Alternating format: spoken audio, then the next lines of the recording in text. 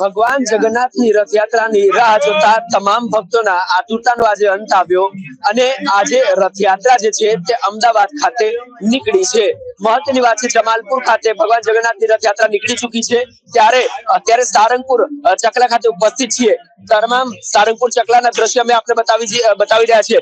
Police બંદોબસ્ત ખૂબ જ ચુસ્ત કરી દેવામાં આવ્યો છે, ત્યારે બીજી તરફ જ ખાસ કરી દિવાળી જેવો માહોલ અત્યારે આપણે અહીંયા જોવા મળતો હશે। તમામ ભક્તો જે છે તે ક્યાંક ને ક્યાંક દિવાળી જેવો માહોલ ભક્તોમાં જોવા મળી રહ્યો છે, ત્યાંથી જ પોલીસ બંદોબસ્ત પણ ખૂબ જ ચુસ્ત કરી દેવામાં આવ્યો છે। સમગ્ર અમદાવાદ જ્યારે પોલીસ છાવણીમાં બદલાવ થતો જોવા મળ્યું છે, ત્યારે પોલીસ બંદોબસ્ત પણ ચુસ્ત કરવામાં આવ્યો છે। ત્યારે ખાસ કરીને મહાલક્ષ્મી યુવક મંડળ ખાતે અહીંયા આવનારા તમામ ભક્તોને સેવા આપવામાં આવી રહી છે। કયા પ્રકારની આ સેવા છે તેની સાથે સીધી વાતચીત કરશું।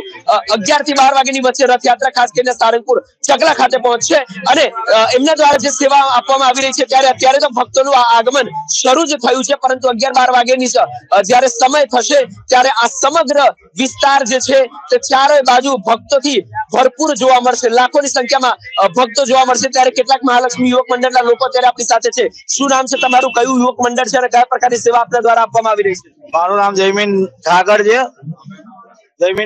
અને અમે છાસ કેન્દ્રનું આયોજન કરેલું છે। અમે છેલ્લા 15 વર્ષથી દહીં લઈને જાતે છાસ બનાવીને આવનારી રથયાત્રામાં ભાવિક ભક્તો માટે છાસ વિતરણનું કાર્યક્રમ કરીએ છીએ। અને અમારા મંડળનું નામ છે શ્રી મહાલક્ષ્મી યુવક મંડળ। આપણે યુવક મંડળમાં કેટલા લોકો સેવા આપી રહ્યા છે, છેલ્લા કેટલા વર્ષથી આપી રહ્યા છે અને શું લાગે છે દર વર્ષે કેટલા ભક્તો અહીંયાથી આપના આ પ્રસાદનું વિતરણ જે છે તે કરતા હોય છે?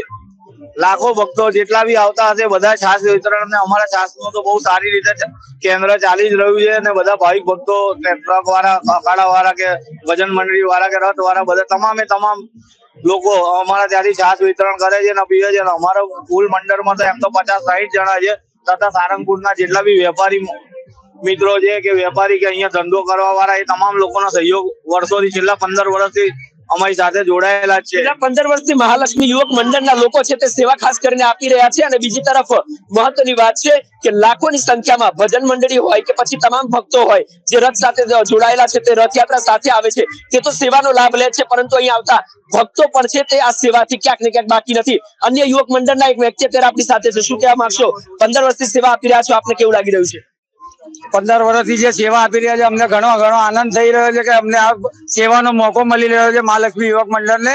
અને 147મી રથયાત્રાનો અમે મહાલક્ષ્મી યુવક મંડળ આવનાર તમામ ભક્તોનું હાર્દિક સ્વાગત કરીએ છીએ। અને અમે એવું ઈચ્છીએ છીએ કે તમામ ભક્તો અમારો પ્રભુ પ્રસાદી જે છાસ વિતરણ છે પ્રસાદ લઈને જાય।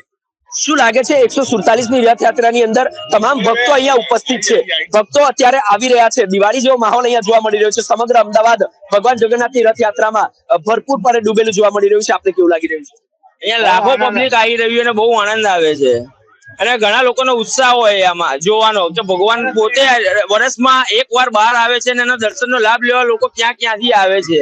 ચોક્કસથી ખૂબ જ સરસ વાત કરી। ભગવાન જગન્નાથ વર્ષમાં એકવાર અમદાવાદ ના નગરચર્યા જયારે નીકળતા હોય ત્યારે આપણે બતાવી દઈએ આ છાસ વિતરણનું કાર્યક્રમ ખાસ કરીને અત્યારે આયોજન કરવામાં આવ્યું છે। અને મહત્વની વાત છે કે 147મી રથયાત્રા જયારે અમદાવાદ ખાતે આજે નીકળી ચૂકી છે, જમાલપુર ખાતેથી જગન્નાથ મંદિરથી રથયાત્રા નીકળી ગઈ છે અને મોટી સંખ્યામાં ભક્તો તેમની સાથે નીકળ્યા છે, ત્યારે આ તમામ છાસ વિતરણના કાર્યક્રમ સહિત ભક્તો પણ ક્યાંક ને ક્યાંક આવતા નજરે પડી રહ્યા છે। મોટી સંખ્યામાં ભક્તો ખાસ કરીને આવી રહ્યા છે, ત્યારે તમામ ભક્તોમાં ઉત્સાહનો માહોલ જોવા મળી રહ્યો છે। શું કહેવા માંગશો? રથયાત્રામાં આવ્યા છો, આપને કેવું લાગી રહ્યું છે? રથયાત્રામાં આવ્યા છો, કેવું લાગી રહ્યું છે? અમને સારું લાગે છે। રથયાત્રા 147મી જોવા આવ્યા છીએ। ક્યાંથી આવ્યા છો અને કેટલા વર્ષથી આવી રહ્યા? અમે આવ્યા છીએ અમરાઈવાડી થી।